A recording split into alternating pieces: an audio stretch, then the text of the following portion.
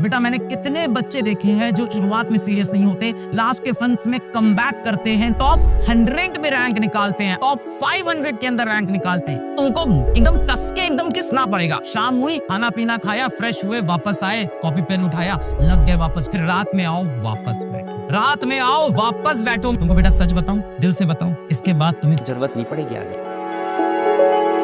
अगर सच में तुम्हारा सपना है, रियल में बेटा, मजाक में नहीं। एक तो होता है मजाक में बोल देना कि मुझे तैयारी करनी है, एक होता है मजाक में बोल देना मैं डॉक्टर बनूंगा। रियल में बेटा सच्चे दिल से ईमानदारी से बताओ, तुम्हारा अगर सपना है, क्या तुम 8 घंटे पढ़ सकते हो? कम से कम 8 घंटे मिनिमम। अब ये सवाल उठता है, हो जाएगा बेटा। मैंने कितने बच्चे पीडब्ल्यू के देखे हैं जो शुरुआत में सीरियस नहीं होते, लास्ट के फंड्स में कमबैक करते हैं, नीट के अंदर टॉप 100 में रैंक निकालते हैं, आईआईटी के अंदर टॉप 500 के अंदर रैंक निकालते हैं। Yes it is possible, yes it is possible. कैसे पॉसिबल है, आओ मैं तुमको ब्रेक डाउन समझाता हूँ थोड़ा। अब इसको बहुत ही सिस्टमैटिकली, बहुत ही स्ट्रैटेजी के साथ डिवाइड किया है। वो ये है कि बच्चा लेक्चर तो मूवी की तरह एंजॉय करता है, देख लिया, बड़ा मजा आया, सब समझ में आया, क्वेश्चन फिर भी नहीं हो रहे हैं, एग्जाम फिर भी नहीं निकल रहा है, क्योंकि बच्चा खुद से प्रैक्टिस नहीं करता है। बच्चा लेक्चर्स तो बड़े मजे से देखता है, बड़ा आनंद आता है, बड़ा रस आता है, प्रैक्टिस ही नहीं किया। शाम हुई, खाना ना खाओ, फ्रेश हो लो, खाना पीना खाया, फ्रेश हुए, वापस आए, कॉपी पेन उठाया,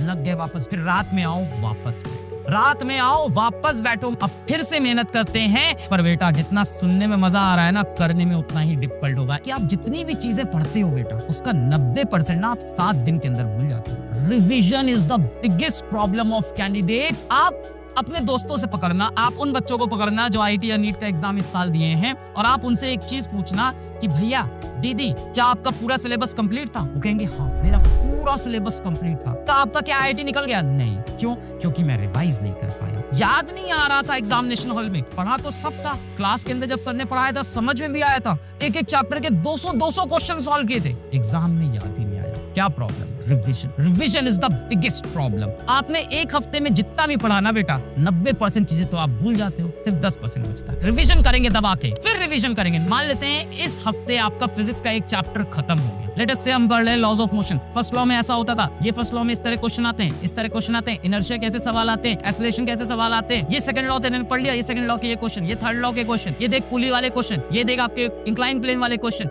ये देख सीडो फोर्स वाले क्वेश्चन। कोई भी बच्चा जो हिम्मत नहीं रखता है ना वापस लड़ने की, मैं आपसे बेटा रिक्वेस्ट करूंगा आना मत। आपका मैं फीडबैक भी नहीं दूंगा। जो बच्चा एक्चुअल दिल से फाइटर है ना, 9, 5, 14, 2, 16 घंटे एक चैप्टर पे अपने को कितने मिले थे? 30 घंटे। अभी भी 14 आवर्स, 14 घंटे अभी भी आपके बचे हुए हैं, जिसमें आप बेटा सेल्फ स्टडी, प्रैक्टिस, रिवीजन खुद से भी कर सकते हो। तुमको बेटा सच बताऊं, दिल से बताऊं, इसके बाद तुम्हें जरूरत नहीं पड़ेगी आगे। ये 16 आवर्स एक्चुअली इनफ होंगे, जिसे हम बोलते हैं गोल्डन पीरियड। ये 14 आवर्स में तुम थोड़ा ऊपर नीचे भी कर गए ना, कोई टेंशन नहीं है, यहाँ पे चीजें संभल जाएगी। पर यहाँ तुमने ऊपर नीचे किया ना बेटा, फिर अब समय नहीं है। 14 घंटे पढ़ूंगा, 14 घंटे की रोज पढ़ाई करेंगे। आई प्रॉमिस, अगर तुम नहीं लिखोगे मैं बंद कर दूंगा, क्योंकि कोई मतलब नहीं ना, कोई मतलब नहीं। मैं किस लिए सब कर रहा हूँ? तुमको एकदम कस के एकदम किसना पड़ेगा। तुम डिसाइड कर लो कि तुम्हें अभी भी डॉक्टर बनने का सपना पालना है या ऐसे छोड़ना है। ऐसा तो है नहीं कि तुम्हें कुछ भी नहीं आता है, तुम्हें काफी चीजें आती है। जिसकी प्रिपरेशन खराब है, जिसकी प्रिपरेशन ठीक है, जिसकी प्रिपरेशन अच्छी है, सभी के स्कोर यहाँ से बढ़ेंगे। जो भी आप पहले परफॉर्म कर रहे थे, वहां से आपका स्कोर 50-100 बढ़ जाएगा, है ना। मतलब सपोजिटली अगर आप 350 पे हो तो आप 450, 500, 550 पे पहुंच सकते हैं। 50 इसलिए बोला कि ऑलरेडी किसी के 550 आ रहे हैं, तो भाई 600 हो जाएंगे, 600 आ रहे हैं, 650। जिसकी तैयारी बहुत खराब चल रही है उसमें ज्यादा इंप्रूवमेंट आएगा, ये डेफिनेट सी बात होती है, क्योंकि बाद के नंबर टफ होते हैं। तो अगर किसी के अभी भी 300 नंबर आ रहे हैं, तो डेफिनेटली आपका बहुत बढ़ने वाला है। सर हमें तो पता ही नहीं कितने नंबर आ रहे हैं। क्या तैयारी कर रहे हो? मजाक कर रहे हो क्या तुम लोग? मैंने टेम्पो के पीछे लिखा हुआ ये देखा था एक बार, देर आप है